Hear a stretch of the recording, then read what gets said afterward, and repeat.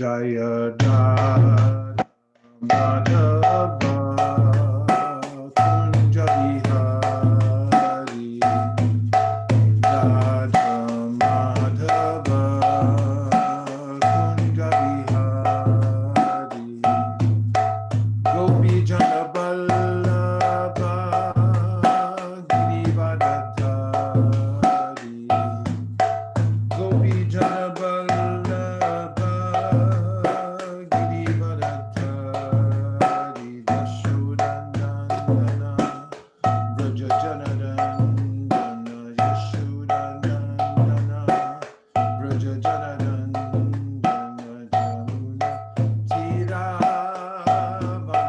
Tiravanachari Jamuna Tiravanachari Hare Krishna, Hare Krishna, Krishna Krishna, Hare Hare,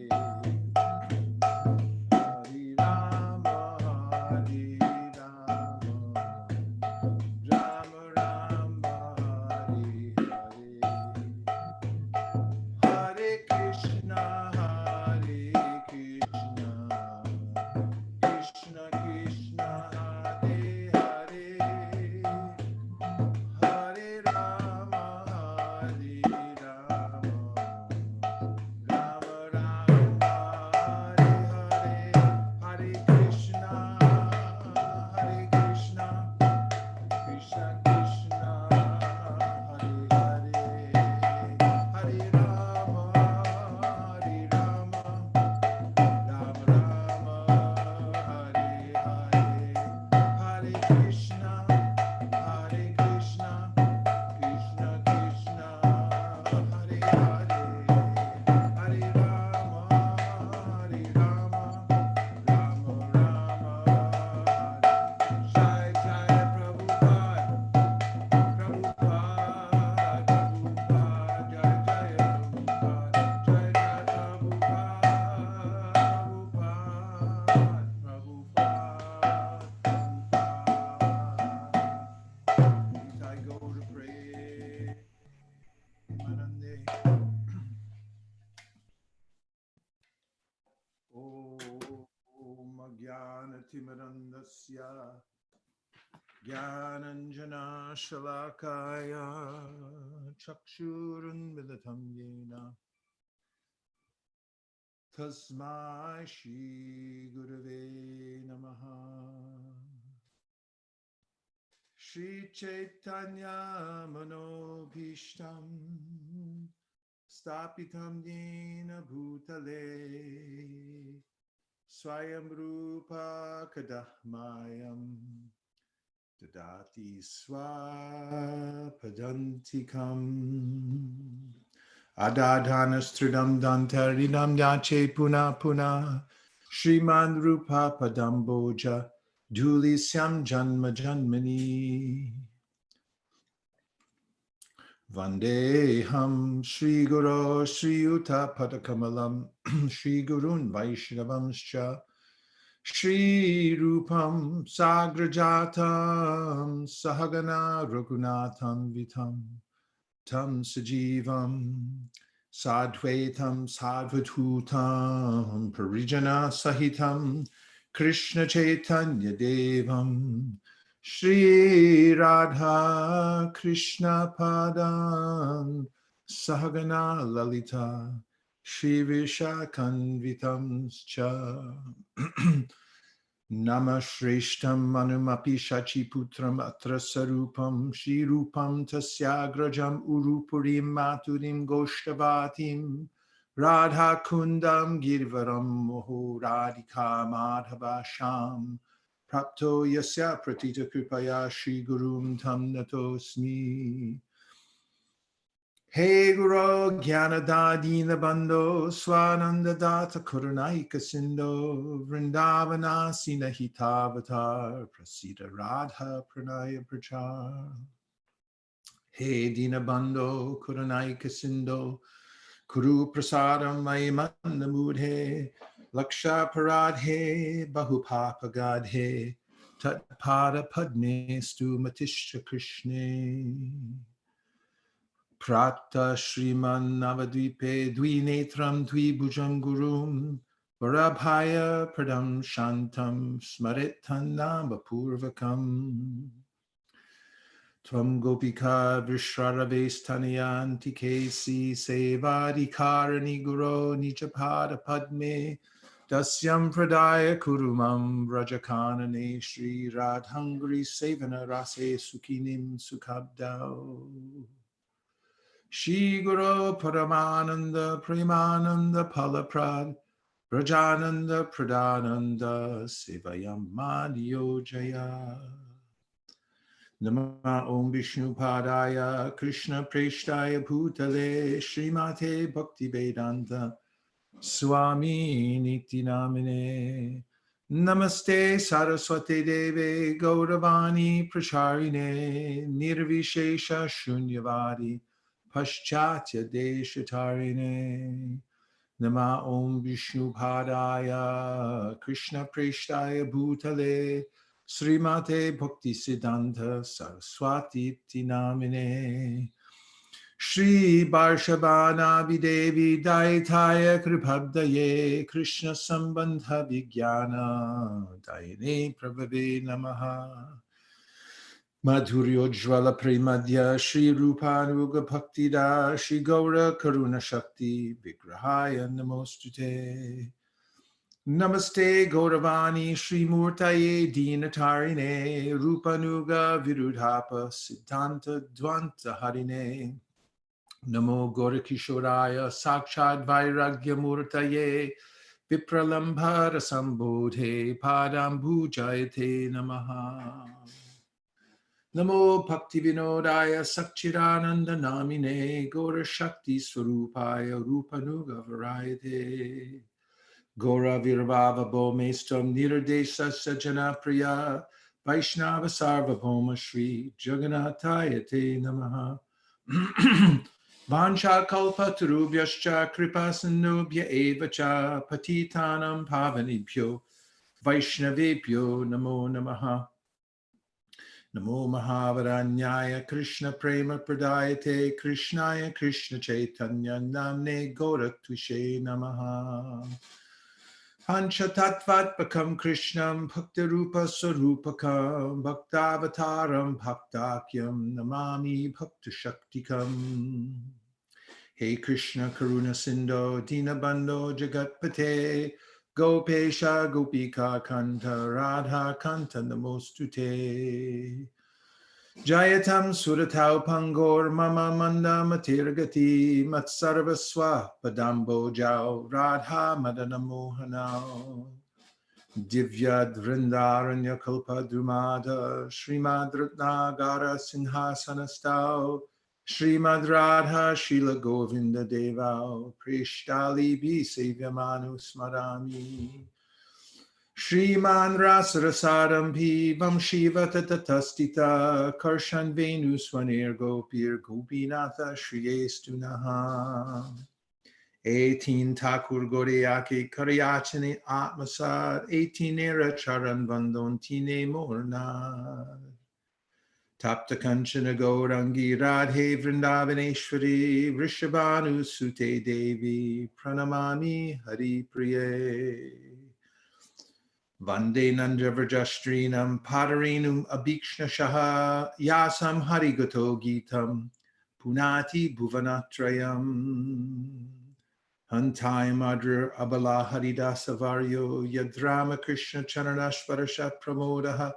Manam Tanoti Sahago Kanayos Tayo Yat Paniya Suyavasakandara Kandamulai Vrindayai Tulsidevyai Priyayai Keshavasicha Vishnu Bhakti Paridevi Sachavatai Namo Namaha Shri Nishinga Jai Nishinga Jai Jai Nishinga Prahlada Desha Jaya Padma Mukha Padma Bringa Hira Yada Hitarmasya Glanir Bhavati Bharata Abhutanam Adharmasya Tadatmanam Srajamyaham Paritranaya Sadhunam Vinashaya Chadushkratam Dharmasam Stapanarthaya Sambhavami yuge yuge.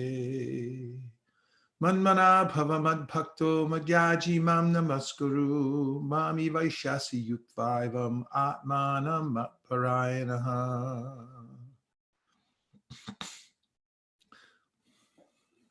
Sarvadharman parityaja mamekam sharanam vraja aham tvam sarva papebhyo mokshayishami masuchaha.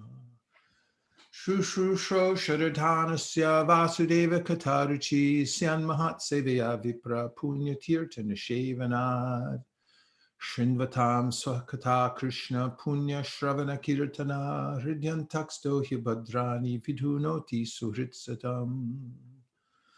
Nashta prayeshu bhadreshu nityam bhagavata sevaya bhagavati utamushloke bhakti bhavati naistiki.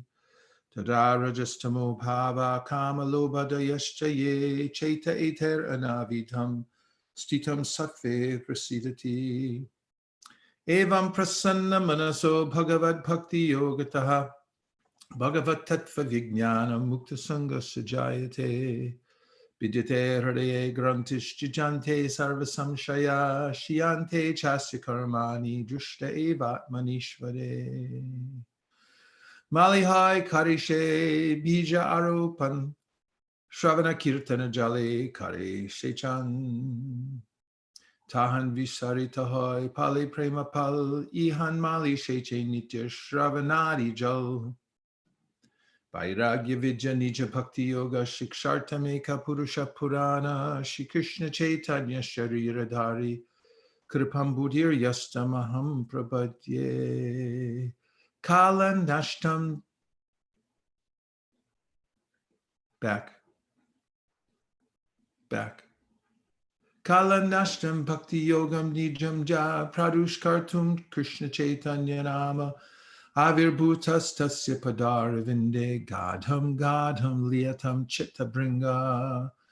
Ajanulambita bujao kanakavadato samkirtanai kapitaro kamalaya taksho. Vishvambaro dvijavaro yugadharma palo vande jagat priyakaro karunavataro. Matsamo nasti papatmana paradhi nakashakashana parihare pilajja me kimbruve purushottama. Yivati nam yata yuni yunam cha yuvutau yata mano piramite tadvan mano me ramatam twayi. Bhumau skalita padanam bhumir evam balambanam twayi jata paradhanam twameva sharanam prabho. Govinda balabhe radhe prartaye tvam aham sada twadiyam iti janatu govindo mam tvaya saha. Radhe vrindavanadishe karunamritabahani kripaya nijapadabja dasyam mayam pratiyatam. Jaya Shri Krishna Chaitanya Prabhu Nityananda Shri Advaita Gadadhara Shivasari Gaura Bhaktivinoda. Hare Krishna, Krishna Krishna, Hare Hare, Hare Rama, Rama Rama, Hare Hare. Om Namo Bhagavate Vasudevaya. Om Namo Bhagavate Vasudevaya. Om Namo Bhagavate Vasudevaya. 6:15. Namaskar Prabhu, this is the verse 6:15 that I mentioned this morning when you said you felt like smoke was clearing when chanting the holy names. And the verse is 6:15 from the Srimad Bhagavatam, of course. And it says, of course, this is Shukadeva Goswami speaking about the power of the holy name. He's talking about the way that one overcomes the tendency to commit sinful activities in the material world, because it's established that one can take self-help and temporarily change one's habit patterns and so forth. But then as someone mentioned the other night, I think it was Bhakta Alex, he mentioned, Yasyasti Bhaktir Bhagavati Akinchana Sarvara Gunas Tatra Samasati Sura Harava Bhaktasya Kutoma Hadguna Manoratina Sati Davato Bihi. And that is that as long as one's on the chariot of the mind, that one will come back to one's habits again, because they're rooted in the heart and we have a taste for them. And similarly, Shukadeva Goswami says that any kinds of prayaschitta, or ways to reverse sinful activities in this world through karma kanda, is like cutting a field down or even burning it, but then when the rain comes, it sprouts back up again. So how is it that the seeds themselves become destroyed completely and one gives up the tendency for sinful activity? That's the point that one has to come to. And in 6.1.11, Shukadeva Goswami says, the son of Vyasadeva, Vedavyas, answered, "My dear king, since acts meant to neutralize impious actions are also fruitive, they will not release one from the tendency to act fruitively. Persons who subject themselves to the rules and regulations of atonement are not at all intelligent. Indeed, they are in the mode of darkness. Unless one is freed from the mode of ignorance, trying to counteract one action through another is useless, because this will not uproot one's desires. One may Thus, even though one may superficially seem pious, he will undoubtedly be prone to act impiously. Therefore, real atonement is enlightenment in perfect knowledge, Vedanta, by which one understands the supreme absolute truth." Text 12, "My dear king, if a diseased person eats the pure, uncontaminated food prescribed by a physician, he is gradually cured and the infection of disease can no longer touch him.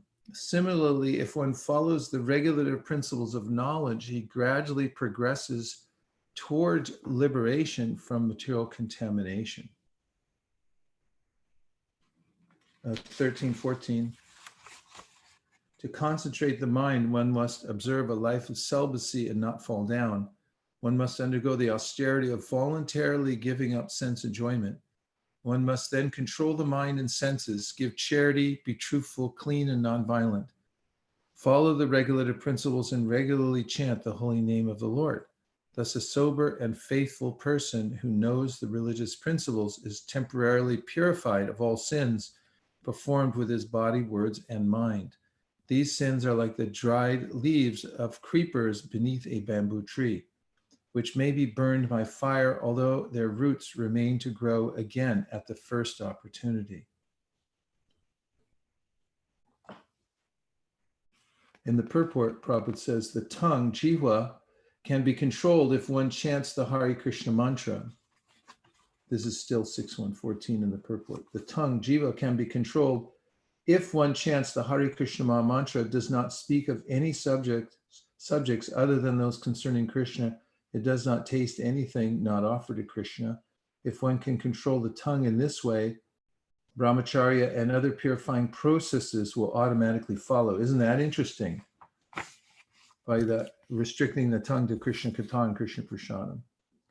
Now we come to 15, and this is the verse that I brought up this morning during the Japa circle. Shukadeva Goswami, this is a famous verse. Kechit kevalaya bhaktya vasudeva parayana agam dunvanti kartsnena niharam iva bhaskara. So I only quoted the last line of this, agam dunvanti kartsnena niharam iva bhaskara. The first line says, Kechit, some people, kevalaya bhaktya, by executing unalloyed devotional service. Vasudeva parayana, completely attached to Vasudeva. Then agam, all kinds of sinful activities like agasura. Dunvanti means to destroy. Kartsnyena, completely with no possibility that sinful desires will revive. Niharam, fog. Nihara means fog. And iva, like Bhaskara, the sun. The translation is, only a rare person who has adopted complete unalloyed devotional service to Krishna can uproot the weeds of sinful actions with no possibility that they will revive. He can do this simply by discharging devotional service, just as the sun can immediately dissipate fog by its rays. And here's the purport. In the previous verse, Shukadeva Goswami gave the example that the dried leaves of creepers beneath a bamboo tree may be completely burnt to ashes by a fire, although the creepers may sprout again because the root is still in the ground. Similarly, because the root of sinful desire is not destroyed in the heart of a person who is cultivating knowledge, but who has no taste for devotional service, there is a possibility that his sinful desires will reappear. As stated in Srimad Bhagavatam 10.14.4, Shreya Shitim Bhakti Mudasyate Vibho Klishanti Kevala Bhota Labdaye. Speculators who undergo great labor to gain a meticulous understanding of the material world by distinguishing between sinful and pious activities, but who are not situated in devotional service, are prone to material activities. They may fall down and become implicated in fruitive activities. If one becomes attached to devotional service, however, his desires for material enjoyment are automatically vanquished without separate endeavor. Bhakti parishanu bhavu virakti anyatra cha. If one is advanced in Krishna consciousness, material activities, both sinful and pious, automatically become distasteful to him. That is a taste of Krishna consciousness. Test, rather. Both pious and impious activities are actually due to ignorance, because a living entity, as an eternal servant of Krishna, has no need to act for his personal sense gratification. Therefore, as soon as one is reclaimed to the platform of devotional service, he relinquishes his attachment for pious and impious activities and is interested only in what will satisfy Krishna. This process of bhakti, devotional service to Krishna, Vasudeva Parayana, relieves one from the reactions of all activities. Since Maharaj Parikshit was a great devotee, the answers of his guru, Shukadeva Goswami, concerning Karma Kanda and Jnana Kanda could not satisfy him. Therefore, Shukadeva Goswami, knowing very well the heart of his disciple, explained the transcendental bliss of devotional service. The word kechit, which is used in this sense, in this verse, means a few people, but not all. Not everyone can become Krishna conscious. As Krishna explains in the Bhagavad Gita, Manusharam sahasreshu kashchid yatati siddhaye yatatam api siddhanam kashchin mam veti tattvataha. Out of many thousands among men, one may endeavor for perfection, and of those who have achieved perfection, hardly one knows me in truth. Practically, no one understands Krishna as he is, for Krishna cannot be understood through pious activities or attainment of the most elevated speculative knowledge. Actually, the highest knowledge consists of understanding Krishna. Unintelligent men who do not understand Krishna are grossly puffed up, thinking that they are liberated or have themselves become Krishna or Narayan. This is ignorance. To indicate the purity of bhakti, devotional service, Srila Rupa Goswami says in Bhakti Rasamrita Sindhu, Anyabhilashita shunyam jnana karmanyana vratam anukulyena krishnanu shilanam bhaktirutama.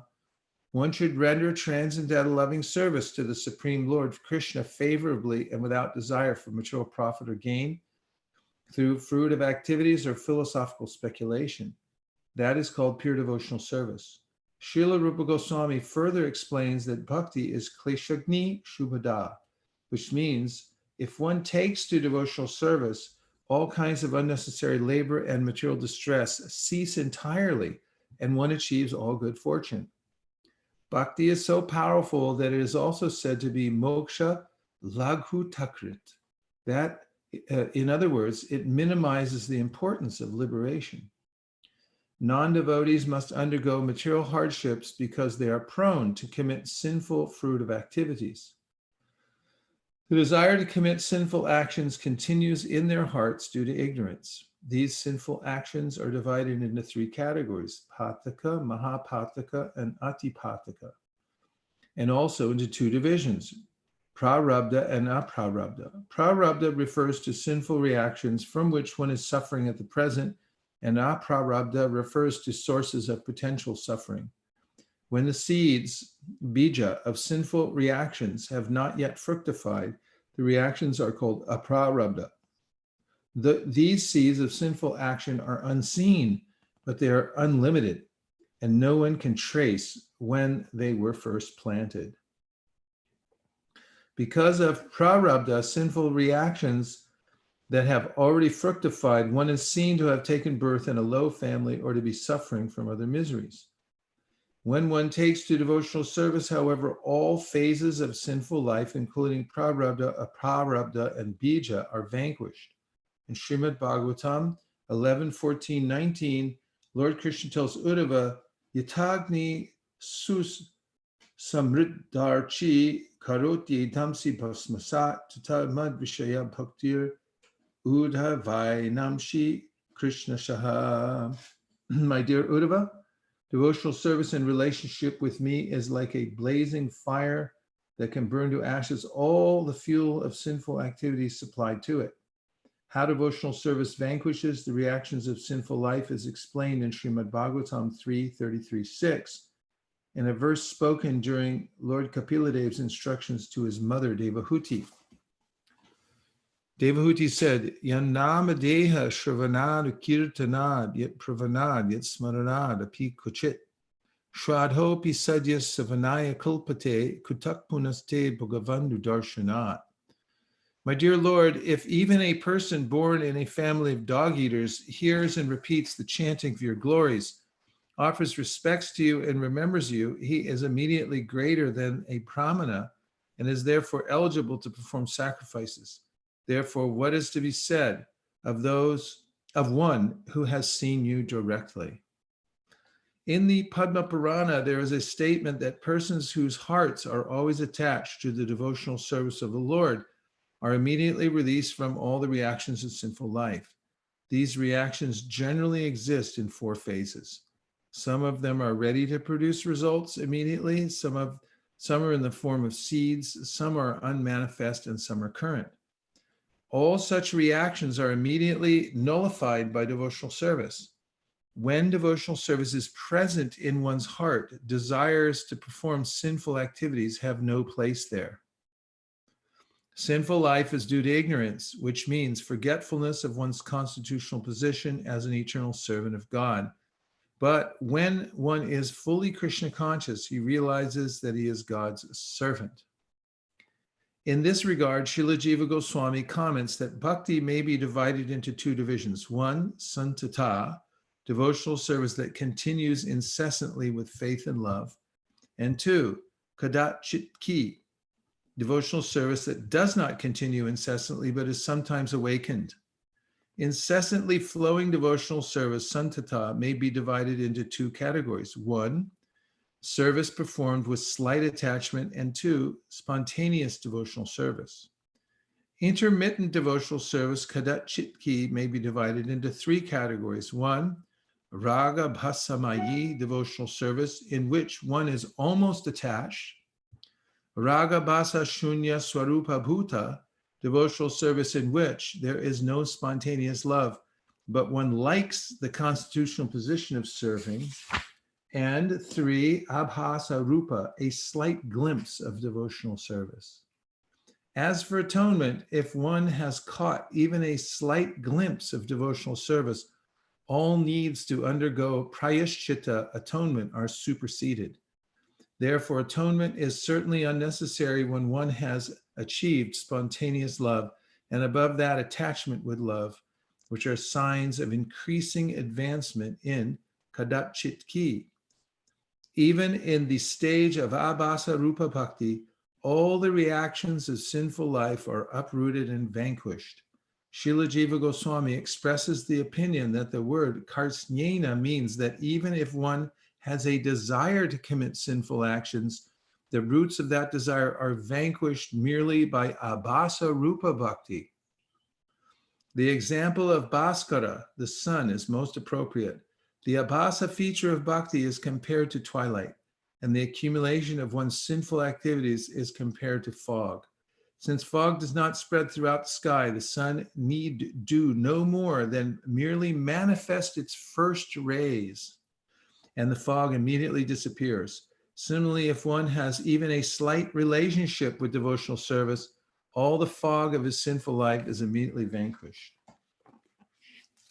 Naimisharanya Prabhu, are you still there? Yes, yes, Maharaj. Thank you so much for sharing Now this. you know that's your verse, right? Yes, this was just appropriate. Thank you so much for sharing. Student of that verse. Kechit Kevalaya Bhaktya. It's a really important verse. And the purport, I mean, it's classic. Every one of Prabhupada's purports is a classic, but this one is all-inclusive in the progression of devotional service. Spoken directly by Shukadeva Goswami on the subject matter of, really it's in the context of the power of the holy name to overcome any kind of sinful reactions that are there within the heart, because this is something that Parikshit Maharaj, out of his compassion for living entities, wanted to know. After he hears about the hellish planets in the fifth canto of the Srimad Bhagavatam, he wants to know, how is it that the souls will be saved from this? And Shukadeva then tells the story of Ajamil and indicates that by touching devotional service, abhasa rupa, just a little bit, as the sun appears, if one takes the process of devotional service, following in the footsteps of the pure devotees, then the sinful reactions of one's previous lives are mitigated. Nihara iva paskara, just as fog is dissipated by the first rays of the sun that appear, it diminishes them. Before we go back into the seventh canto, let's just see if there's any comments or questions about this all-important verse.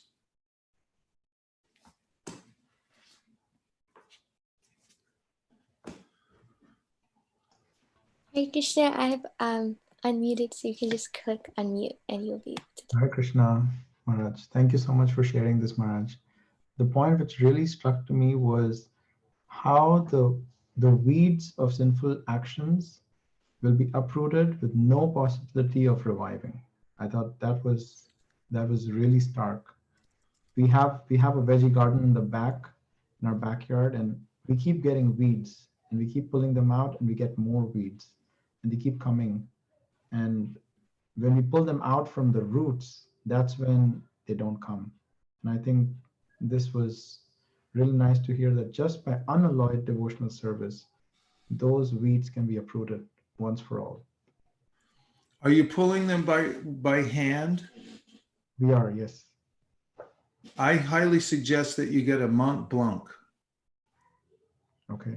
It's the best weeding tool that, if you're taking things out by hand. Hold on, I'll go get it for you. I'll be right back. It's worth seeing this. Hare Krishna.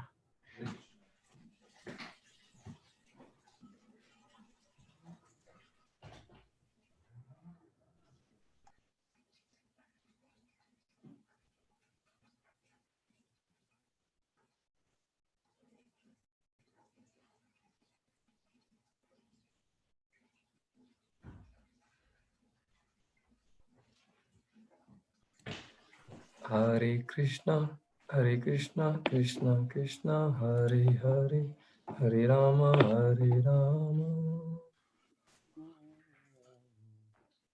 Rama Rama Hare. Please behold the Mont Blanc. This is a Mont Blanc, MONT BLANC. Can you see the teeth? Yes, Maharaj. So this tool, you can get the roots. So when you're digging and you're trying to get an individual weed out, then you put this in and it'll grab the roots at the very bottom and pull it out. So I was using this the other day and I was thinking how in the word mantra, you've got that R, mantra. It reminds me of this little hook.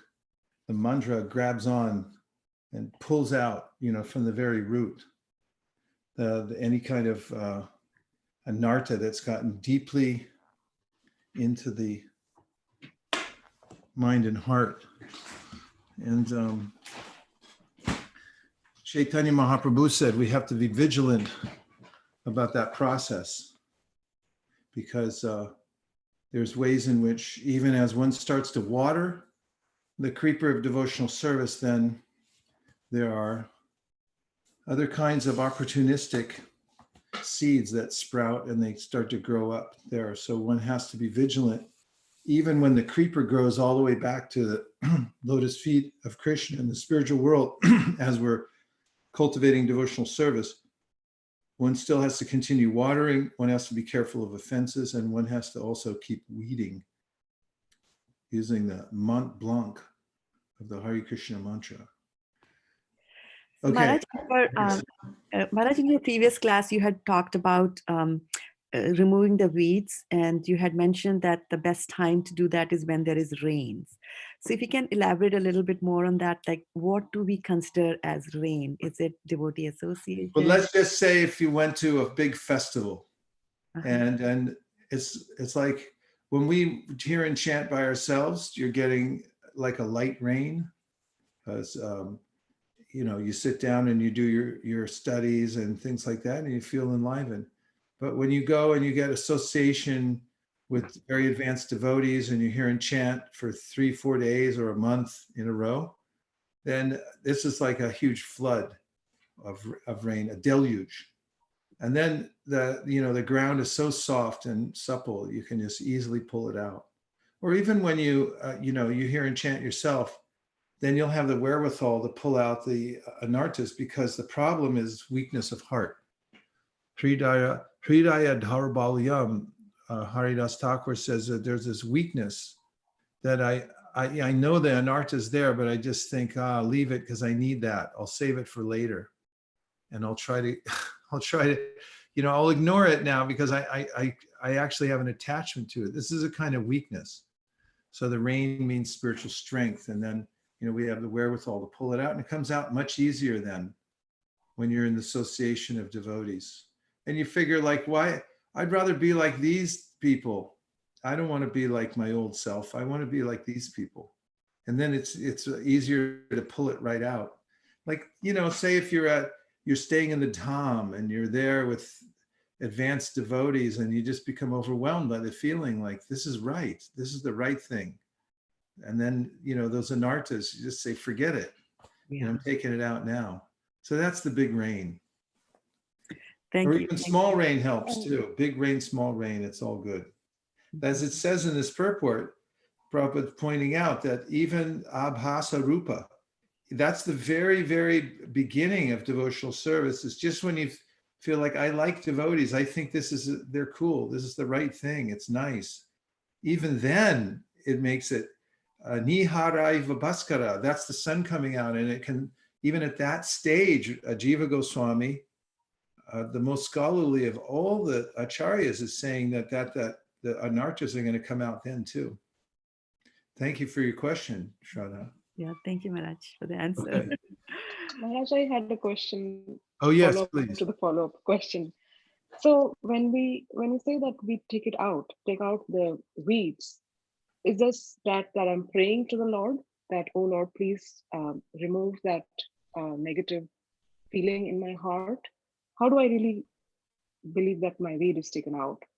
Well, one thing is, we pray to the Lord, please help me take it out, and he's there as the Vidunoti. It's one of Krishna's names. He helps us to pull these things out, but there will come a moment of truth. As living entities, we're also powerful, and we also have volition, and we have to make a decision. And the decision we have to know is consequential. And so when that decision time comes, we have to have momentum and strength and good association so that we'll say, okay, I'm going to do it now. And it's not nothing, it's everything actually. So there is 50%, Krishna is helping in every way, but he also wants to see us make our own decision because he's given us might and independence. And when we do make that decision that I'm going to do this, that's a big step forward in devotional service. So we should be preparing for those times when the decision has to come, and then we'll have the strength to make the right decision. In fact, in the Yoga Sutras, Patanjali mentions that when you make such decisions to do the right thing, even though you have a choice right in that moment, you have the choice to do the right thing and you do it. He said that leaves a very powerful samskar in your mind that you can build on. That becomes part of your personality. And then you get more and more active in moving in that direction until that becomes your main purpose in life. And we're not waylaid by the anartas that pull us down. Tadarajas tamo bhava kamalubadayasche cheta iteranabidam stitam sattva. We become stitam. We get fixed. We come to this nishta point, and then we can see for ourselves that we're not being pushed around anymore by the lower modes of nature. I hope that helps. Thank you so much. That Hare was Krishna. very, very helpful. Hare Krishna. Hare Krishna. Hare Krishna. Dainiti Prabhu's weighing in. We must remember that each and every decision we make is consequential. Yeah, that means discrimination. That's vivek, as a awakening of discrimination in our mind, that we're aware of consequences. And this is how a yogi thinks. A yogi's always aware that whatever I'm doing or thinking has a consequence, and therefore is very careful about how he or she moves around in this very sticky environment of the material world. And let's see, we have Radha Venkat Prabhu to everyone. Hare Krishna reminds me of Krishna Surya Sama Maya Hai Andakar. Yahan Krishna Tahan Nahi Maya Adhikar. You can tattoo that one on your arm. And remember that if you stay always in Krishna, then you're always in the sun and there'll be no darkness. That's how to drive it away. And let's see. It is quite amazing, just a slight tinge of devotional service, abhasa. And now I should perform the austerity of voluntarily giving up sense gratification. Shraddha Devi went Mont Blanc. And Sham Jagannath, the point is very hope-giving. Bhakti Devi is very merciful. Even if one has a desire to commit sinful actions, the roots of that desire are vanquished merely by abhasa, rupa bhakti. And in Nectar of Instruction, the purport of the first verse, Prabhupada explains, real atonement is only coming to knowledge by devotional service. Raksha and Barsha, Hare Krishna, all glories Srila Prabhupada. What are those weeds? Can we please name a few as examples? Thank you. Yes, the weeds are mentioned by Srila Bhaktisiddhanta Saraswati Thakur. He gives a catalog of these weeds, and you can find them. Here, let me give you. Go to, let's see.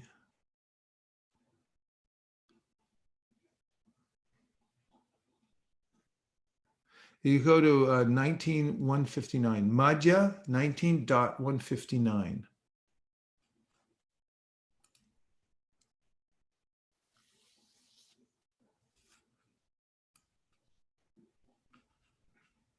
Hare Krishna, Krishna Krishna, Hare Hare.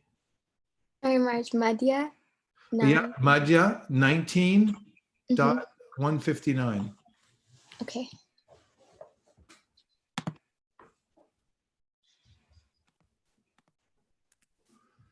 This verse says,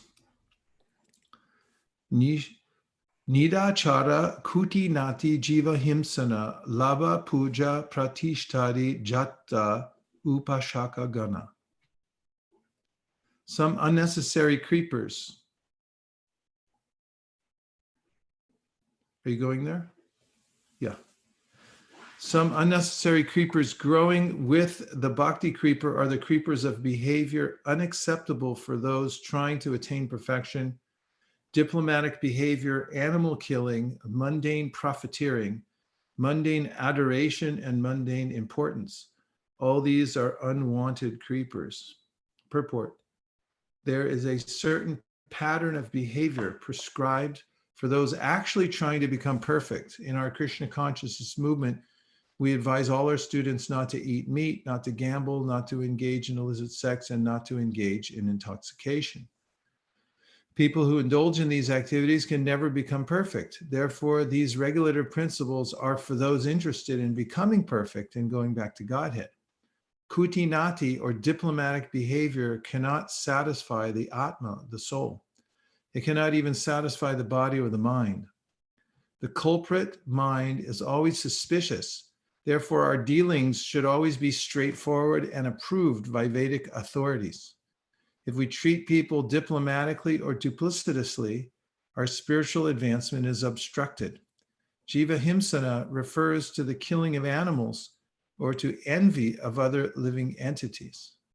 The killing of poor animals is undoubtedly due to envy of those animals. The human form is meant for the understanding of Krishna consciousness, atato brahma jignasa, for inquiring about the Supreme Brahman. In the human form, everyone has a chance to understand the Supreme Brahman. The so-called leaders of human society do not know the real aim of human life and are therefore busy with economic development. This is misleading. Every state and every society is busy trying to improve the quality of eating, sleeping, mating, and defending. This human form of life is meant for more than these four animal principles.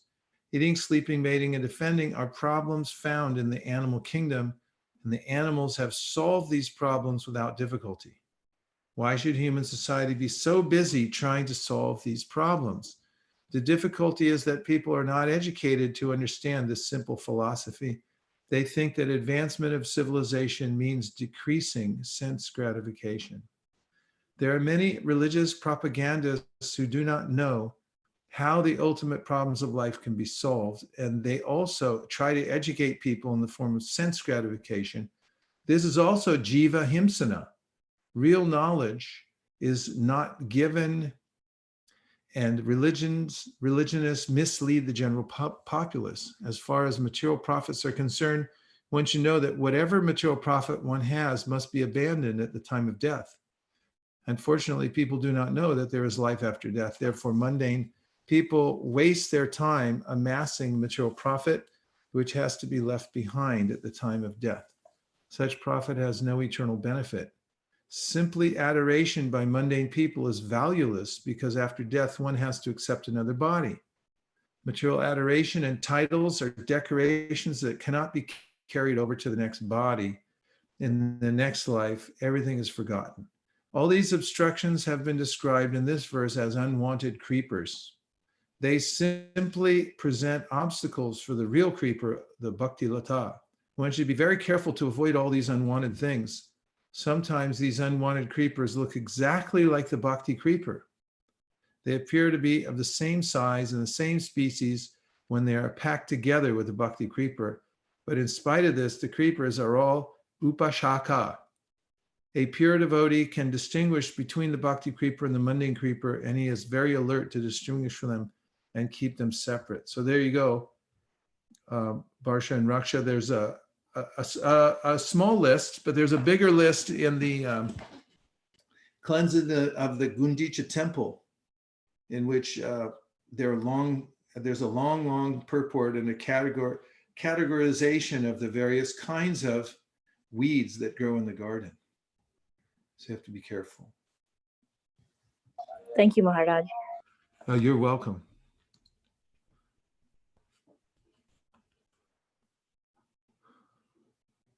And yeah, Naimisharanya Prabhu says that sometimes weeds are intertwined with the plants that you're trying to grow, so you have to be very careful. And what if you aren't able, Kevala Bhakti Prabhu, what if you aren't able to identify the difference between a weed and the plant itself? Can you please elaborate about who can help us and how we can make ourselves open to getting help identifying those weeds.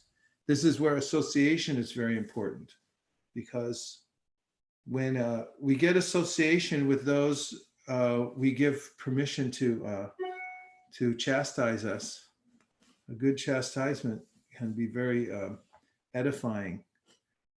There's a way we can settle into new normals all the time and start feeling at home with our anartas. But if there's somebody who is on a higher standard of devotional service, and we submit ourselves, and then that person says, hey, knock it off, you're doing something that's going to be harmful to you, that can wake us up to have a different perspective and say, oh, I need to clean my act up. And that was a weed after all. And sometimes, in fact, the normal condition in the material world is that people don't want to see their anartas. They just accept them as this is me, because they don't know the difference between the soul and the body. In fact, the soul in the material world is asleep. Here's how asleep the soul is in the material world. Krishna comes and walks on the planet, and there are most of the people who see him walking around on the planet don't recognize him as the Supreme Personality of Godhead. He's here, right on the planet, walking, and people deny that he's God. And similarly, Lord Chaitanya Mahaprabhu, he walked with his associates through different towns and villages, and some people criticized his chanting, and they didn't see that he was God, because the living entity in the material world has this propensity to be an illusion and wants to stay asleep and wants to maintain anartas and thinks that anartas are good and wants to maintain them. Just like right now, one of the main concerns that people in America have is, how will I keep eating meat? Even though the writing is on the wall that this is causing a huge problem for the whole earth and for people's health and so forth. But no, I have to keep this anarta of eating meat, and we'll send government troops, we'll have people die to keep processing meat so that everyone can keep eating it. We can keep killing animals. Otherwise, how will we survive? And that's how deep-rooted it becomes. So we have to be submissive and continually subject ourselves to the scrutiny of what the Shastra says and see how we match up to it. And also the sadhus who are following the process, if we can take association with those who are in that position, it can actually awaken us, because we feel their subtle attachment to Krishna, and we see also how they're not interested in anartas anymore, and the things that we thought were important start seeming insignificant in their presence. So there's a couple of thoughts. And if you just sharpen your intellect also and decide that you'll be looking out for anartas, and you'll try to extract them when you see them, just like a good gardener. Don't let your garden go, because once you do, it's really hard to get it back again. So be really vigilant and decide ahead of time that it's a good idea to weed it. Srivata Prabhu, he says, this Srimad Bhagavatam verse further emphasizes a realization I've had recently. Devotional service is a process of no excuses. I have to be completely honest with myself and not make excuses if I want to guarantee steady progress. Krishna and the acharyas are so accommodating and so merciful. They've kindly provided for a way to guarantee progress in any situation that I can possibly be in. Yeah, and this is the mood of somebody advancing in devotional service, that I want to be serious, and I'm really looking at it carefully. And then Krishna will feel free to reveal things to us, that do more like this, do more like that. Tesham satata yuktanam bhajatam priti purvakam tadami buddhi yogam tam yenamam upayandi te. He assists us when he sees that this is what I want. I really want to make progress, and he'll give us that vision. Divyangi says, how to understand that not everyone can come to Krishna consciousness. I've heard a lot from the lectures that we we all already devotees, just covered by illusion, but this material body. Thank you for a great class. Yeah, well, Prabhupada quotes Manushanam Sahasreshu Kashid Yatati Siddhaye, and that is that out of many thousands among men, one may endeavor for perfection, and of those who have achieved perfection, hardly one knows me in truth. So even among those who are interested spiritually, we see that very few people come to the conclusion that they should engage in devotional service and it's sincere enough to get a Vaishnava guru and so forth. So it's rare in this world. And in the Nectar of Devotion, we have the 6 qualities of devotional service. And one of them is that it's rarely achieved. And Rupa Goswami explains that it's rarely achieved because in order to come to the point of pure devotional services, and that's what we're talking about here, one has to come to asakti first. And to get to asakti, you first have to come to ruchi. And before you get to ruchi, you have to come to nishta. And before you go that, you have to go through anartha nivritti, which means battling with the anarthas. And if you keep going backwards, you first have to come in contact with a pure devotee and, have some awakening. So there's a process that one has to go through. And he says, does Rupa Goswami, that asakti means like a real attachment to the process. Asakti means attachment. So attachment means an attachment to making advancement. You really got to want it a lot. It's got to be a deep attachment.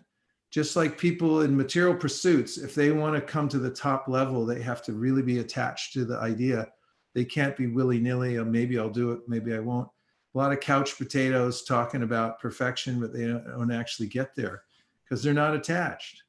So he says it's rare for somebody to achieve this level of attachment to wanting to advance in devotional service. Therefore, it's rare for somebody to come to bhava. And first you got to get asakti, then you get bhava, and then you can come to prema.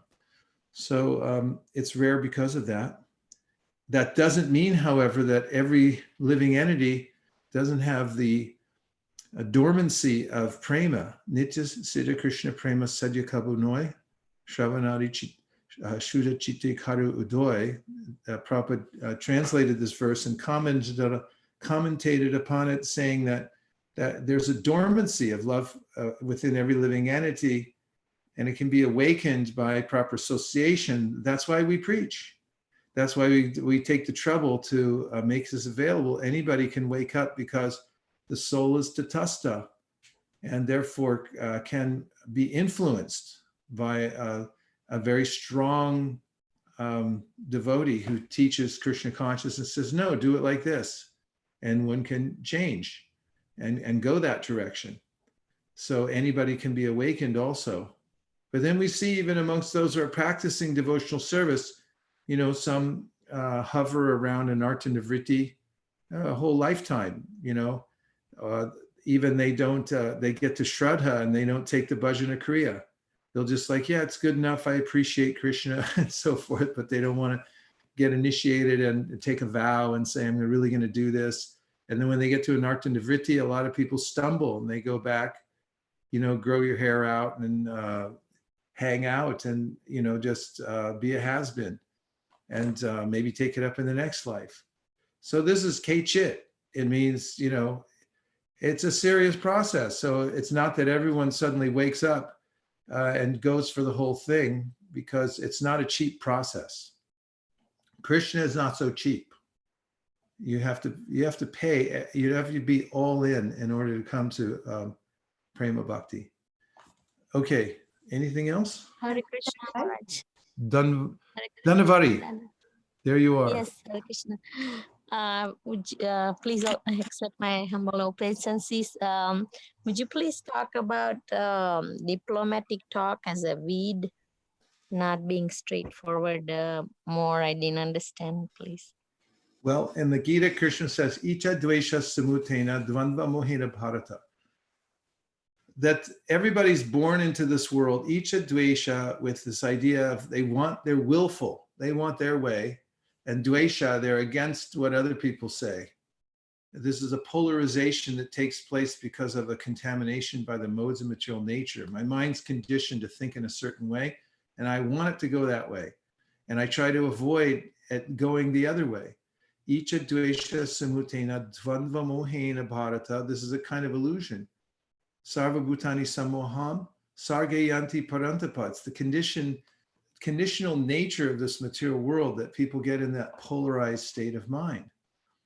And so once we get into that, then we can go for superficial items that don't relate to the 9 processes of devotional service and become involved in trying to position ourselves so that we get what we want and we avoid what we don't want as far as our mind and our senses and our ideas of what's right and wrong. Those who want to go deeper in devotional service, they are very careful about getting involved in petty politics, even in the realm of the Krishna consciousness movement, although some things are obviously to maintain a movement itself, there has to be some standard, it has to be maintained. But one has to be careful about becoming fully absorbed in these things. What to speak of worldly politics? We see sometimes people become so overly concerned with the politics of the mundane world. And this is also a waste of time for devotees, because unless you're running for president or something like that. And Prabhupada backed off on that. He had a political party, In God We Trust party. Some devotees were interested in it. And Prabhupada saw that they were, it takes a lot of work to put yourself out there politically, especially nowadays. It's a joke because the electorate is so uneducated and so degraded that they have no idea of what a leader looks like. We have Srinivas Prasad Das said, thank you very much. Hare Krishna. Oh, you're quite welcome, Dhanavari. Truly grateful. Can you please help us in understanding Bhagavad Gita 326 when we are giving JOSD class? What does that mean? Journey of self-discovery. So 326, how can we understand that? What is the meaning? And Sringara Ras, Hare Krishna Sringara Ras says, when anartha nivritti is so long and painful process, then is it even possible to achieve the perfection of life and develop for the Lord in one lifetime? Oh yeah, it's very possible. One can overcome anartha nivritti. You just have to be determined. As Rupa Goswami gives the 6 items, utsaha nischaya dharyat tat tat karma pravartanat sangha tyagat shato vrete shadbir bhakti prasidyati. There's 6 items that guarantee the complete success of devotional service. And those are utsaha nischaya dharyat. There's enthusiasm, patience, determination, following in the footsteps of the previous acharyas, performing the different kinds of devotional service, and avoiding a bad association. And by doing that, one is assured of success. And even if you don't see it completely in one lifetime, if you give a full contribution the best you can in this lifetime, you're set up for moving forward, even in your next life, so that you're getting so close that you're practically in the Leela. In fact, probably the fact that you're in Krishna consciousness movement now, which is Lord Chaitanya's movement, means that you came really close in your last lifetime. That's why you're in this movement now, getting trained up in the very specific mode you are now for a transfer back to Godhead. So just be very determined, and anartha nivritti, Krishna will help you if you attend to the details of devotional service on a daily basis and don't become hopeless. Then you will come to the perfectional stage without a doubt. Okay. Maharaj? Yes. Maharaj, you mentioned that attachment to progress in spiritual life is asakti, and it doesn't come easy. So on that note, I thought about just last week in morning Shraddha Ma's class, she mentioned that the barometer of determining if you're making progress in spiritual life is how you're handling miseries. And that's why the advanced devotees, they can handle misery so much better. So I have been like clinging to it and processing this all this week, because I have a standard response when miseries come and affect my life. And so I'm like, I'm telling myself, or I'm asking myself, what am I doing differently, which is appropriate for a devotee? And how can I tell myself that, yes, I'm making progress? So that was my hugest takeaway, and I wanted to share. Yes, it's a valid point. In the Bhagavad Gita, Krishna says, Yam hi na vyatayante te purusham purusharshapa, that a devotee becomes qualified, amritat vayakalpate, to actually be fully absorbed in devotional service by becoming equal in happiness and distress. And this is something he mentions throughout the Bhagavad Gita, that one should practice that. Okay, so I just want to read a verse or two from the 7th canto. Does anybody know where we are now? 33, text 33. Could you repeat that, please? Text 33. Of which chapter? 7:5:33. 7 what? 7:5:33. 7:5:33. Sorry, Manisha.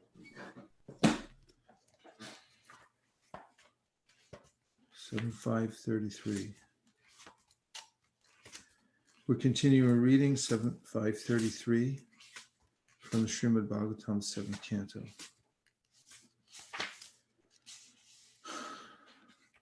After Prahlada Maharaja had spoken in this way and become silent, Hiranyakashipu, blinded by anger, threw him off his lap and onto the ground. Indignant and angry, his reddish eyes like molten copper, Hiranyakashipu said to his servants, "O demons, take this boy away from me. He deserves to be killed. Kill him as soon as possible. This boy Prahlad is the killer of my brother, for he has given up his family to engage in the devotional service of the enemy, Lord Vishnu, like a menial servant." Purport. Hiranyakashipu considered his son Prahlada Maharaj to be the killer of his brother because Prahlada Maharaj was engaged in the devotional service of Lord Vishnu.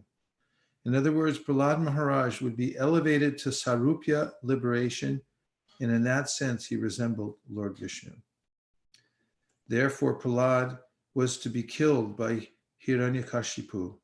Devotees, Vaishnavas, attain the liberation of Sarupya, Salokya, Sarshti, and Samipya, whereas the Mayavadis are supposed to attain the liberation known as Sayuja.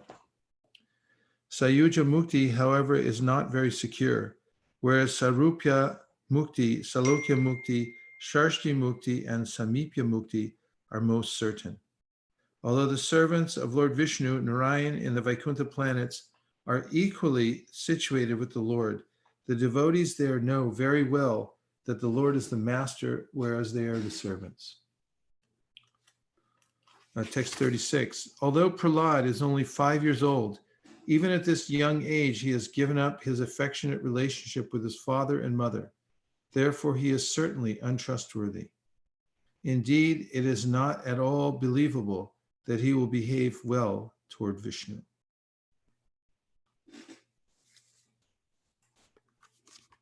Although a medicinal herb being born in the forest does not belong to the same category as a man, if beneficial, it is kept very carefully. Similarly, if someone outside one's family is favorable, he should be given protection like a son. On the other hand, if a limb of one's body is poisoned by disease, it must be amputated so that the rest of the body may live happily. Similarly, even one's own son, if unfavorable, must be rejected, although born of one's own body. Purport. Sri Chaitanya Mahaprabhu has instructed all devotees of the Lord to be humbler than the grass and more tolerant than trees. Otherwise, there will always be disturbances to the execution of their devotional service. Here is a vivid example of how a devotee is disturbed by a non-devotee, even though the non-devotee is an affectionate father. The material world is such that a non-devotee father becomes an enemy of a devotee son. Having determined to kill even his son, Hiranyakashipu gave the example of amputating a part of one's body that has become septic and therefore injurious to the rest of the body. The same example, of course, may also be applied to non-devotees. Chanakya Pandit advises Tyaja Durjana Samsargam Bhaja Sadhu Samagamam. Devotees actually serious about advancing in spiritual life should give up the company of non-devotees and always keep company with the devotees. To be too attached to material existence is ignorance, because material existence is temporary and miserable. Therefore, devotees who are determined to perform tapasya, penance, and austerities to realize the self, and who are determined to become advanced in spiritual consciousness, must give up the company of atheistic non-devotees. Prahlada Maharaja maintained an attitude of non-cooperation with the philosophy of his father, Hiranyakashipu, yet he was tolerant and humble. Hiranyakashipu, however, being a non-devotee, was so polluted that he was even prepared to kill his own son. He justified this by putting forward the logic of amputation. This is a really important sentence. Prahlada Maharaja maintained an attitude of non-cooperation with the philosophy of his father, Hiranyakashipu, yet he was tolerant and humble. That's an interesting balancing act. And this, in one's heart, one has no intention of cooperating with the demoniac spirit of the material world, but he remains tolerant and humble. And a devotee knows that the Lord is fully aware of his intention in his heart. And that's why Rupa Goswami says that, I continue to hope for the Lord's mercy. And this is tate anukampam susamikshamano. The devotee is always in this position of hoping for the Lord's full mercy, because the devotee knows that he's maintaining in his heart, in her heart, the intention to fully surrender to the Lord. And meanwhile, part of remaining humble and tolerant is remaining humble and tolerant of one's own inefficiencies in devotional service, or one's deficiencies, that is. That is that I may not be fully able to practice at the level I want to, but I do want to. And therefore, at that position, one can't get discouraged and think, well, anartha nivritti is too long. It may seem like we're swimming in the middle of the ocean and we don't know when the shore is going to come, but we have to take shelter of the words of the Supreme Personality of Godhead. In fact, we'll find in the teachings that Sanatana Goswami receives from Lord Chaitanya, Mahaprabhu quotes from Akrura, and Akrura mentions that we're like logs floating in a river perpetually, but sometimes or eventually those logs come out of the river and they rest on the dry ground. And he said, we've been floating in this material current for so long, but there is a time that we will come to the shore. And we should know that for sure. And as soon as one gets an inkling for devotional service and you get association with devotees, you should know you're very close. And therefore, you should remain tolerant, even tolerating your own deficiency in devotional service and going on with the feeling of non-cooperation with Maya. I'm not going to cooperate. I'm going to go on with my principles of devotional service, even though Maya keeps presenting opportunities. I'm just not cooperating. I remember once when I was in high school and I had decided that I wanted to live a completely spiritual life. And so I was trying to find direction. And there was a Spanish teacher at school named Mr. King, and he was a Buddhist. And he used to teach Buddhism at his house nearby the school. And I had already started reading the Bhagavad Gita. And then, Krishna said you should offer your food. So in my own way, I had no idea how to do it. I was offering whatever I would eat, bite by bite, actually, offering to. And so then, I had that in my mind, and I went to this class that Mr. King was going to give on Buddhist meditation. And I got there early, and he told me you have to eat before you meditate. He took some bread. And so he was putting like peanut butter or something on it. And he said, here, you should eat this. And I started offering it, like, saying some mantra. And he goes, no, you don't offer it. You just eat it. And I said, no, I have to offer it. And he said, no, just eat. And I said, forget it. I threw the bread down and I walked out. And I was thinking as I walked out, no, I'm going to cooperate with Krishna in the Bhagavad Gita. He said, offer it. So that's what I'm going to do. And Maya is always going to present some alternative philosophy, this, that. So we have to be fortified in what Krishna's idea is and say, yeah, I'm cooperating with that. And that constitutes our non-cooperation with Maya.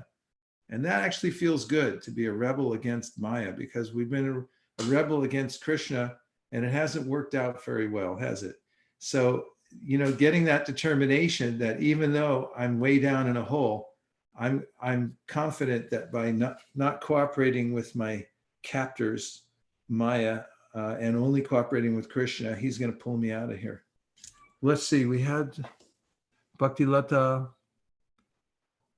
In Bhagavad Gita 272, purport, Prabhupada writes that one can attain Krishna consciousness within a second. Can you please explain that? Well, there's a story in the Bhagavat Sandarbha, or rather the Bhakti Sandarbha, about a very wealthy merchant, and he's going about his business, very intent on earning lots of money, Lal Babu. And because he had previous association with sadhus, there was this bhakti unmukhi sukriti in his heart. So one day when he's walking down the street, he heard this mother calling to her daughter and saying, come home now, come home. And when he heard that, it sparked that sukriti that he had in his heart. And he thought, hey, why am I trying so hard here in the material world? I should be trying to go back to home, back to Godhead. And then he changed his course in life just in 1 second. So there's a way that by performing devotional service in one life, in the next life, you have purva samskar. And this is something Krishna mentions in the Bhagavad Gita when he tells Arjuna that because of purva samskar, association with the yoga process in a previous life, in this life, without even seeking it, it will come into one's mental system and one will think, yeah, this is what I should be doing. And then we see people suddenly dedicate themselves to the process of devotional service. So because of continuation of that, we notice that someone can suddenly wake up to the very serious practice of devotional service and be on the path of liberation within just a moment. So we, as we're practicing and are fully aware of the opportunity, we should take full advantage of it while we can, because the effects will be a long term. Muchakunda Maharaj, 10:51:53, Govinda Prabhu, Gaurav. Oh yeah, let's look at that. 10:51:53 from Govinda Prabhu. He always has good verses. That's a Bhagavatam, of course. Dainiti Prabhu says, I unfortunately have been trying to defend you on Facebook regarding BBT edits, and my mind does not allow me to focus on my rounds this morning. I could only think of what I was going to write next. The only reason I mention this is to avoid controversy. Please, next one is, you talked about some jivas getting stuck on different stages of anartha nivriti, and that the process is not so cheap. Your honesty and in giving the straight sauce was really helpful. And welcome to Mira for joining us on this class. Okay, so this is a verse from the Muchakunda, and he says, when the material life, oh, this is very important. In fact, this verse is quoted by Chaitanya Mahaprabhu to Sanatana Goswami, and he's describing that when the soul comes to the end of his sojourn in the material world, he says, when the material life of a wandering soul has ceased, O Achyuta, he may attain the association of your devotees. And when he associates with them, there awakens in him devotion unto you, who are the goal of the devotees and the Lord of all causes and their effects. Purport. Acharyas Jiva Goswami and Vishwanath Chakravarti agree on the following point. Although it is stated here that when material life ceases, one attains the association of devotees, in fact, it is the association of the Lord's devotees that enables one to transcend material existence. Srila Jiva Goswami explains this apparent inversion of sequence by quoting the Kavya Prakash as follows: Karya, Karanayoscha, Parvaparya, Viparyayo, Vignita Tishya Yoti Sa. A statement in which the logical order of a cause and its effect is reversed should be understood as Atishayokti, emphasis by extreme assertion. Srila Jiva Goswami cites the following commentary on this statement: Karanasya shigra karitam vaktum karas karyasya purvam uktau. To express the swift action of a cause, one may assert the result before the cause. In this connection, Srila Vishwanath Chakravarti Thakur points out that the merciful association of the Lord's devotees makes possible our determination to become Krishna conscious. And the Acharya agrees with Srila Jiva Goswami that this verse is an instance of Ati Shayokti.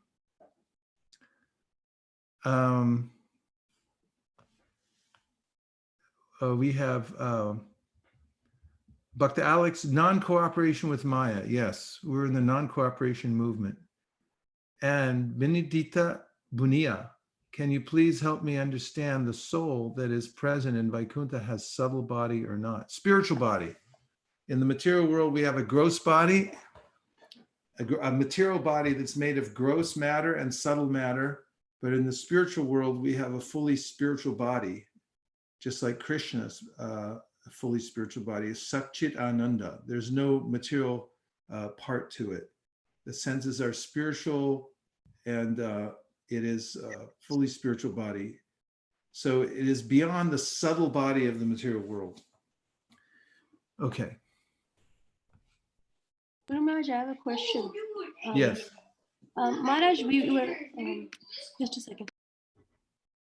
Maharaj, you were talking about Hiranyakashipu, and I was thinking that here is the demon who is willing to kill his son and justify it. And at the same time, he's also a devotee who has been sent down to play a certain part in Leela.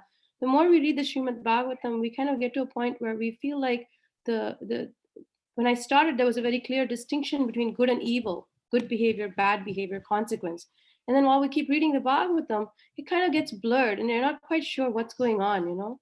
Is it that I don't have a good perspective, or is there really no clear difference?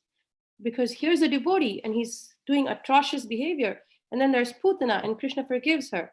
And these blends are difficult for me to understand. Can you explain them to me? Well, Krishna's all good, and those who come in contact with Krishna, they become purified. Now, in the case of the Leela of Jai and Vijay, there is this intermixing.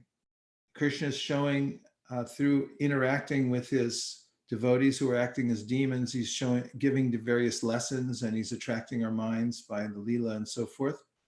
And so there's this very interesting nuance that comes in the Leela of Jai and Vijay, and they come 3 times into the world as was agreed upon.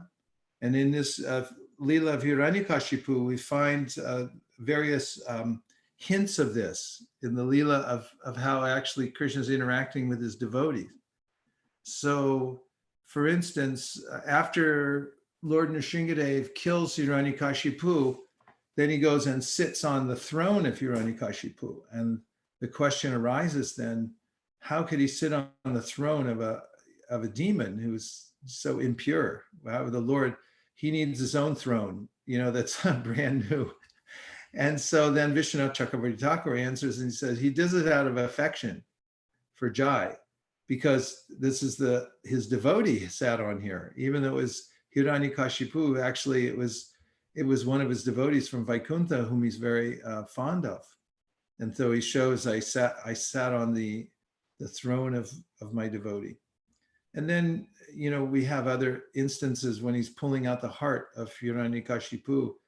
he's thinking, well, how could these impurities have come into the heart of my devotee? How did he allow them in here? So you get this intermixture of the actual lila and the external lesson that's taking place there. So that becomes what Queen Kunti says, Maya Javani Kachanam Ajnad Hoksa Jamabdyayam Nalakshase Muradrisha Nato Natya Daroyata. She said, you're just like an actor on a stage. And on the stage, the actor's performing a dance or a play, and then you don't recognize who it is and what all the characters are and so forth. But there are ways, there's distinctions as well, because we find that those who thought of Krishna when they were being killed by him, they saw him, they thought him, they appreciated something about him, then they attained instant liberation. But Shukadeva Goswami makes a distinction, and he says that Vena was so atheistic that he didn't regard the Lord at all. He just totally pushed the idea of God away, and he didn't become angry at Krishna, or he just said, no, I'm God, and there is no God.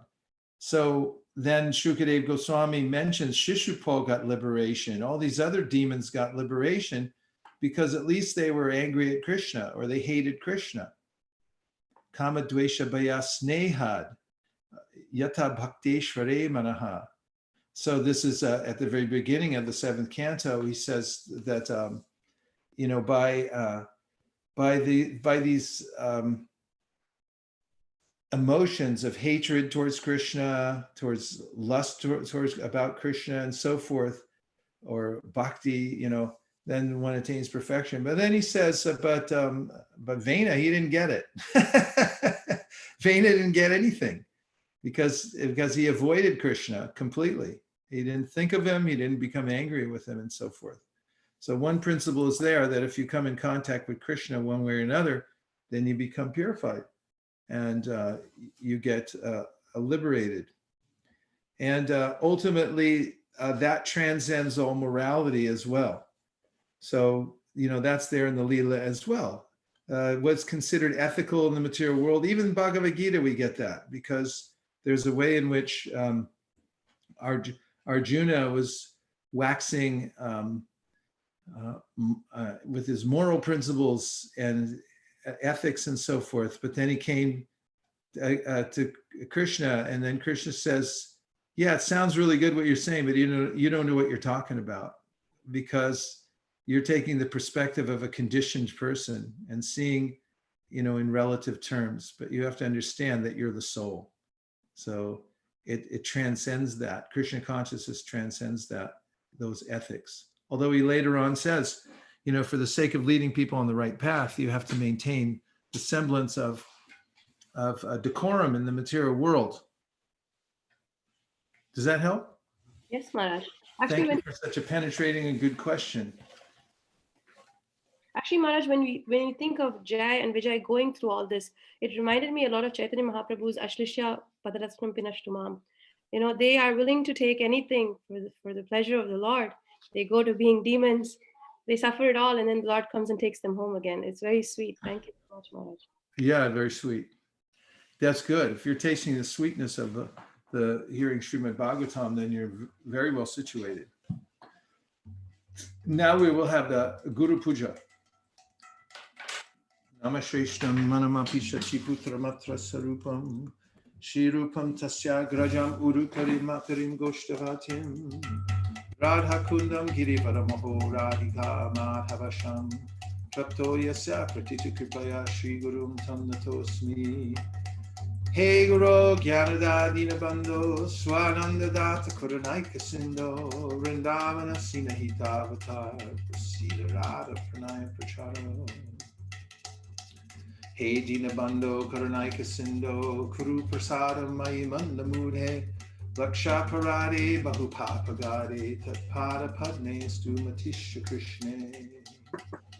I bow down to the beautiful lotus feet of my spiritual master, by whose causeless mercy I have obtained the supreme holy name, the divine mantra, the service of the son of Shachimata, the association of Srila Swarup Damodar, Rupa Goswami, and his older brother, Sanatana Goswami, the supreme abode of Mathura, the blissful abode of Vrindavan, the divine Radha Kund and Govardhan Hill, and the desire within my heart for the loving service of Sri Radhika and Madhava in Vrindavan. O spiritual master, O giver of divine wisdom, O friend of the fallen, you are the giver of your own bliss, and you are the only ocean of mercy.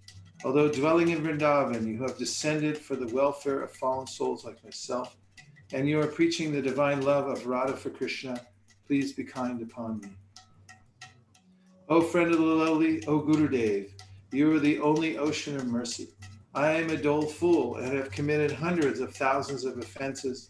I have fallen into a dense myriad of sins. Therefore, grace me with your mercy so that my mind may be fixed on your lotus feet and on Sri Krishna. The lotus feet of our spiritual master are the only way by which we can attain pure devotional service. I bow to his lotus feet with great awe and reverence. By his grace, one could cross the ocean of material suffering and obtain the mercy of Krishna. Our only wish is to have our consciousness purified by the words emanating from his lotus mouth. Attachment to his lotus feet is the perfection that fulfills all desires. He opens our darkened eyes and fills our hearts with transcendental knowledge. He is our Lord, birth after birth. From him, ecstatic prema emanates. By him, ignorance is destroyed. The Vedic scriptures sing of his character. Our spiritual master is the ocean of mercy, the friend of the poor, and the Lord and master of the devotees. O Master, be merciful unto us. Give us the shade of your lotus feet. Your fame is spread all over the three worlds.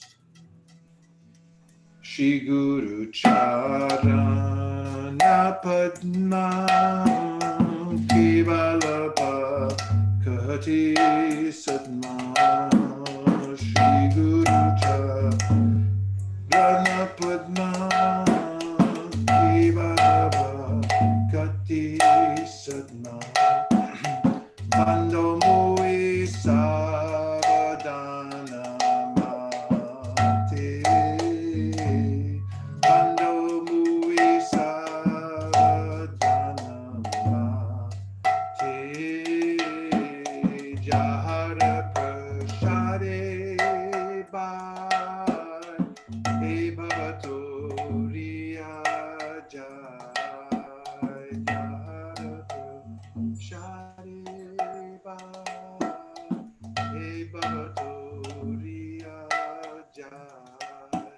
Krishna Prati Hoy Jai Krishna Prati Hoy Jai Guru Mukha Padma Pakya Chite Teko Riya Aikya Guru Mukha Padma Pakya Chite Teko Riya Aikya Arna Kori Homani Asha Arna Kori Homani Asha Shri Guru Charane Rati Eshe Uttamagati Shri Guru Charani Rati Esautamagati Radhe Puri Sarva Asha Jai Prashade Pure Sarva Asha Chakudan Dilo Jai Janme Jame Prabhu Se Chakudan Dilo Jai Janme Jame Prabhu Se Vidya Gyan Mere Pokashita Vidya Gyan Mere Pokashita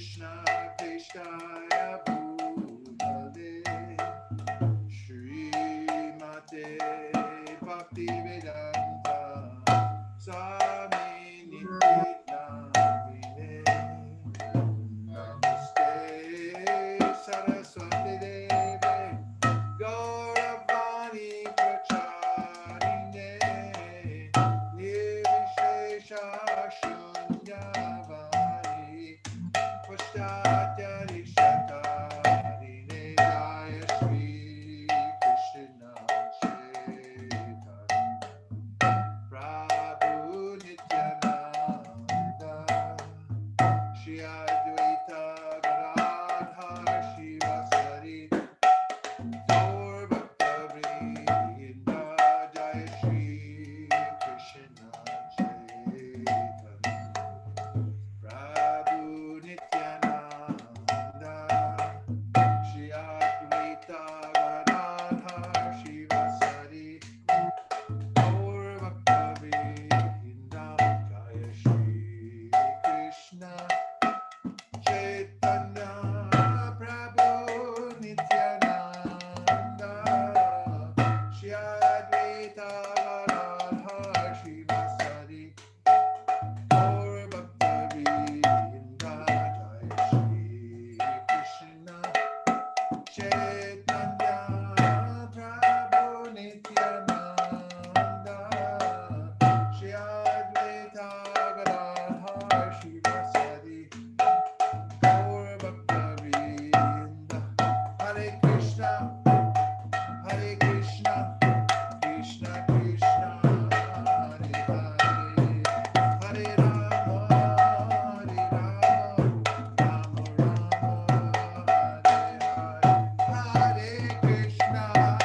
Hare Krishna Krishna Krishna Hare Hare Hare Rama Hare Rama Rama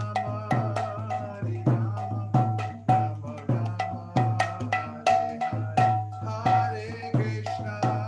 Hare Krishna Krishna Krishna Hare Hare Hare Rama Hare Rama Rama Nitai Gaur Hari Bol Hari Bol.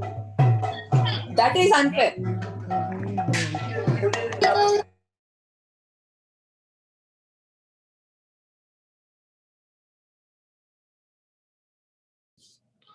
Jai Om Vishnupada Paramahamsa Trivradi Katarja Stotra Shri Srimad Abhay Charanada Vinda Bhaktivedanta Swami Maharaj Shilpata Ki Jai. Jai Om Vishnupada Paramahamsa Trivradi Katarja Stotra Shri Srimad Srila Bhakti Siddhanta Saraswati Goswami Maharaj Ki Jai. Ananta Kodi Vaishnavini Ki Jai. Namacharya Srila Haridas Thakur Ki Jai. Prem Zagho Shri Krishna Chaitanya Prabhu Nityananda Sri Advaita Gadadhara Shivasari Gaur Bhaktivinoda Ki Jai. Shri Radha Krishna Gogopinath Shamakund Radhakund Giri Govardhan Ki Jai. Shri Vrindavan Dham Ki Jai. Shri Mayapur Navadvip Dham Ki Jai. Tulsi Devi Bhakti Devi Ki Jai. Jamuna Devi Ganga Devi Ki Jai. Sambheda Bhaktivinoda Ki Jai. All glorious to some devotees. All glorious to some devotees. All glorious to some devotees. Gaur Premanande Haribol.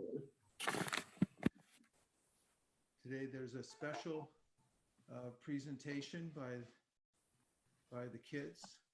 The youth are doing these amazing skits and plays that bring into our hearts and minds the pastimes of the Lord and his devotees and Srila Prabhupada's Sankirtan movement. And is there an announcement about that? Yes, Prabhu. It starts at 10:15. It starts at 10:15, okay? Yes, Prabhu. Thank you very much. Thank you. Which channel is it starting on? The same channel. This only, here itself. Okay. All right. And Sankirtan announcements. Hare Krishna, Prabhu. Hare Krishna. Prabhu, we have the calling party today, this afternoon. 2:30 to 4:30, we have a call where devotees can line up the contacts that we have. And we are all going to spend that time together on a Zoom call. And we are calling everybody we know or texting everybody we know. And at the end of the calling party, we are going to see how many contacts they have called, and whoever has done the highest, they will actually win a prize from His Grace Vaisesika Prabhu. So we are going to do that this afternoon, 2:30 to 4:30. Oh, you know, these calling parties are fun. A couple of pointers that we received just last night, in fact, in a important conference call that we had with leaders all over the country, lining up the next big marathon that we're going to have, the Bhaktivinoda Thakur Marathon, that everyone this time in America is going to participate in North America, that is, America and Canada, and maybe the world. We'll see how far we can spread this, but some of those who are doing really well using the internet are texting first. And the fact is, it's easier for people to accept a call after you send them a text and you establish some relationship. And in fact, they're using pictures. And people who have already taken books send in pictures, and then they'll send out those pictures and things like, because a picture's worth 1,000 words. And if you have a story to tell, it's very valuable, because facts tell, but stories sell. So, I mean, how innocuous is texting? And so Gopal Champu Prabhu is saying sometimes they're texting 10 people at once, because they put the text out, they wait for it to come back, and then they interact with people. And if you line up exactly what you want to tell them and show them, or show them and then tell them, then it makes it just an easy system. And the other point is, and I had remembered this years ago from doing some businesses where we had a calling was an important thing, is if you have a party, when you're all calling together, if you're by yourself calling or texting, you might think, just like if you go out on Sankirtan by yourself, you might get mental, right? But if you text together, you know everybody for the next hour or two, whatever, we're going to be texting, calling as many people as possible. And you're aware that everyone's doing it at the same time. There's this wave. And I recommend that you just turn off the part of your brain that gets all weird about it and says, you know, should I, shouldn't I? Just flip the switch off and just say, do it, and get as many as you can. Then the results are going to be amazing. And don't worry, because you're in the association of everyone else that's doing it. And we'll be able to check in afterwards and see who was able to contact the most people. Is that right, Malini? Yes, Prabhuji. Yes. Now that sounds like a lot of fun to me. Okay. Okay, good. Any other points about the Sankirtan? That's all, Prabhuji. Okay, well, as if that wasn't enough. All right, and now last thing, yeah. one last thing is that this weekend is the last weekend before Narasimha Chaturdashi, and we will make our offering to Lord Nrsimhadev on May 6th. Oh, that's a big deal. Okay, great. And then let's see, Avantika, could you announce all the cooks, please?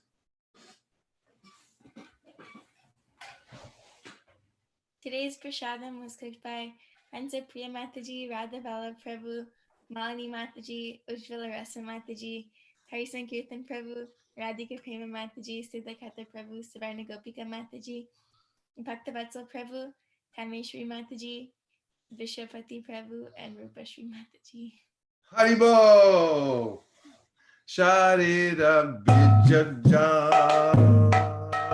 Jodendriya Tahika Jive Pele Vishaya Shagare Dharma Jedi Bhayati Loba Muisudumati Take Jeta Katita Shanshare Krishna Bora Doya Moy Gori Bari Jivada Shaprasha Annadi Lobai Shayana Vrittapao Radha Krishna Gunagao Premedako Shri Chaitanya Nitya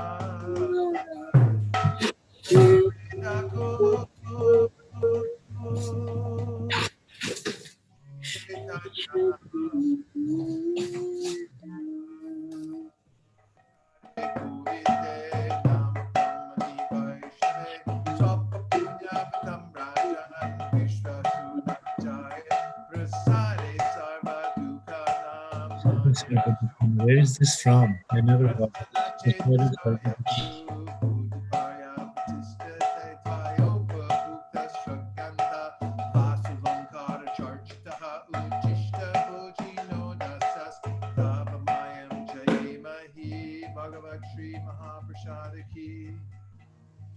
Gaur Premanande